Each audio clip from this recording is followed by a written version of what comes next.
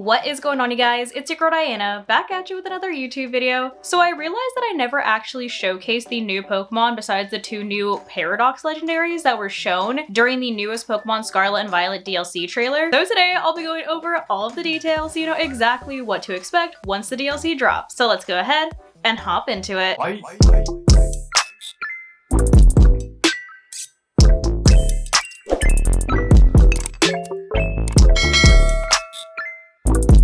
So I'm here on the Pokemon Scarlet and Violet website where they've updated the little Pokemon section with all of the new Pokemon that were introduced via the DLC trailer when it did drop during the last Pokemon Presents. Of course, one of the fan favorites, Iron Crown. Most people already know everything about it, but just to do a quick little recap before we jump into the other two Pokemon that I completely spaced about. But the information that we have on Iron Crown says here that Iron Crown can be encountered in Pokemon Scarlet and Violet during an event that occurs in the Hidden Treasure of Area 0 Part 2, the Indigo Disc, which I didn't know that it was going to be an event Pokemon, so it is probably going to be another set of 5-star raids like when we got the Walking Wake and Iron Leaves raids. Iron Crown is going to be a Steel and Psychic type and is going to have the ability Quark Drive like all of the other Violet Paradox Pokemon. It also says here, glowing S-shaped horns. It is said that this Pokemon once mowed down everything around it by launching shining blades from its distinctive horns, but little else is known about it. It's unknown what kind of Pokemon Iron Crown is. I don't know what they're trying to play at with that last sentence, but it is literally Cobalion, but sure. Iron Crown's new move, Tachyon Cutter. This Steel type special move never misses, so that's good, allowing the user to unleash 2 successive hits on a target. The Pokemon attacks by firing off blasts of energy from its horns, so it never misses and it always hits twice, which once again, poor Mimikyu being used as an example here, but at least that means that if you do come across a Mimikyu and you have your Iron Crown with you, you can hit it once to break its disguise and then hit it again for damage. Of course, we were also introduced to Raging Bolt, which I still don't really like its design. Like, I understand why, because it's like lightning lizard, but still, I don't like it. I'm not a fan of the design. It's too weird for me, but I do love Walking Wake. But for Raging Bolt, it says Raging Bolt can be encountered in Pokemon Scarlet and Violet during an event that occurs in the Hidden Treasure of Area 0 Part 2, the Indigo Disc. And Raging Bolt is going to be an electric dragon type and is going to have the ability photosynthesis like all of the other Scarlet Paradox Pokemon. But let's go ahead and read about his neck, which is literally my least favorite part of the design. The eye-catching ring encircling the top of this Pokemon's lengthy neck is in fact fur. Raging Bolt is said to launch lightning from this fur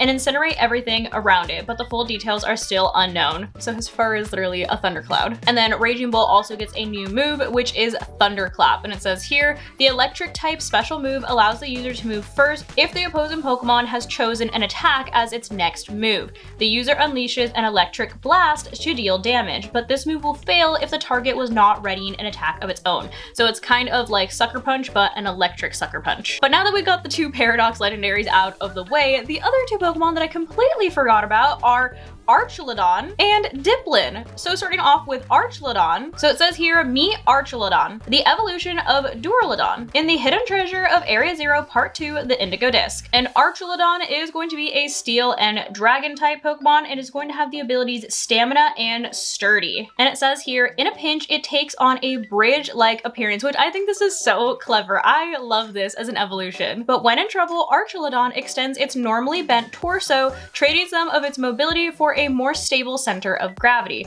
While it's like this, the Pokemon resembles a magnificent steel bridge. It's like those bridges that can literally go up and down when they're over like a body of water. I thought that was clever. It also says here that Archaludon builds up static electricity and fires a powerful beam.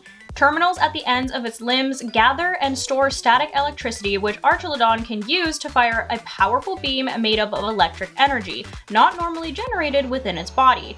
Archaludon can gather static electricity more easily during storms and other inclement weather. So it looks like this is a very weather-reliant Pokemon. And this is its new move, Electroshock, which it says, with this electric type special move, Archaludon gathers vast quantities of energy and fires off a high voltage bolt of electricity.